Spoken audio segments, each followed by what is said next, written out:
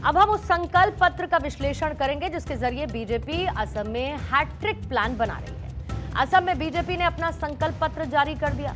इस संकल्प पत्र में जो 2 ऐलान सबसे इंपॉर्टेंट माने जा रहे हैं, उसमें पहला है फिर से सरकार बनने के बाद 3 महीने के अंदर समान नागरिक संहिता यानी कि यूसीसी यूनिफॉर्म सिविल कोड को लागू करना।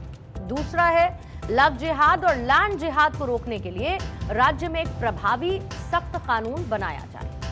असम की एक बड़ी आबादी अनुसूचित जनजाति यानी कि शेड्यूल्ड ट्राइब की है। असम सरकार ने संकेत दिए कि यूसीसी के दायरे से जनजातीय समुदायों को बाहर रखा जा सकता है ताकि उनकी परंपराओं और संवैधानिक सुरक्षा पर आंच न आए। ये दोनों ही घोषणा असम में धर्म युद्ध की तरफ इशारा करती है। असम में 9 अप्रैल को वोट डाले जाएंगे।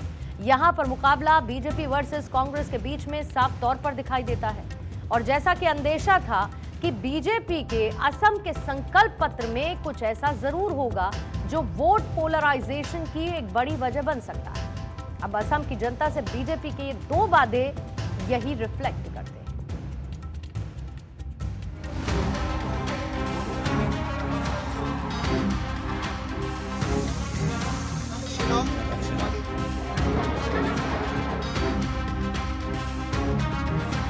We are bringing uniform civil code within a period of 3 months. We are also bringing a tough legislation against love jihad and land jihad.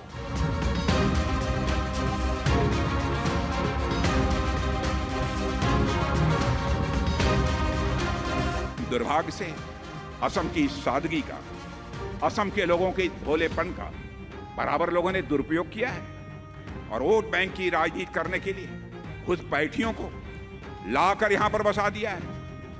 पूरे प्रदेश की जनसंख्या का संतुलन ही बिगाड़ दिया है।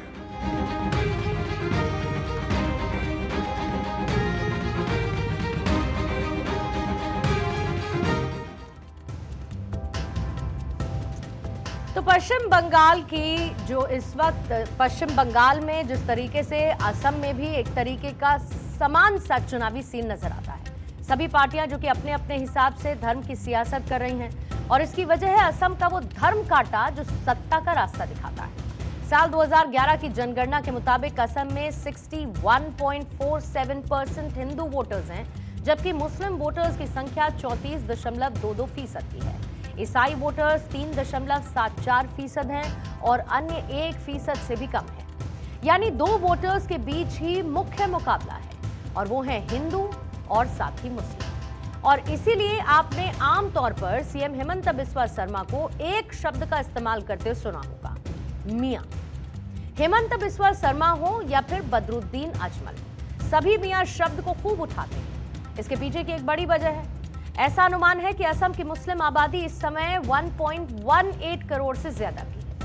मूल रूप से खास तौर पर सियासत में असम के मुसलमान को 2 कैटेगरीज में बांटा जाता है।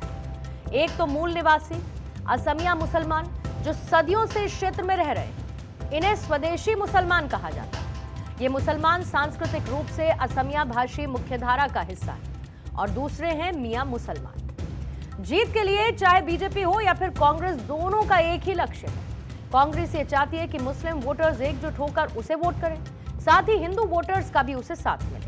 दूसरी तरफ बीजेपी पूरी तरीके से हिंदू वोट्स को कंसोलिडेट करना चाहती है।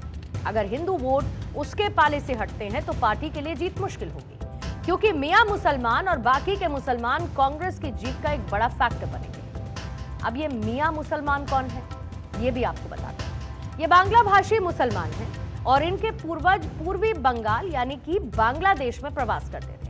यानी यह बांग्लादेश से आए मुसलमान हैं जो अब असम में रहते हैं। सबसे पहले इन लोगों को अंग्रेजों ने भारत में प्रवास करवाया।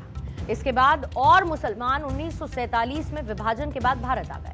फिर 1971 के बांग्लादेशी मुक्ति संग्राम के दौरान भी इन मुसलमानों ने असम में प्रवास किया। ये खास तौर पर निचले और मध्य असम में फैले हैं।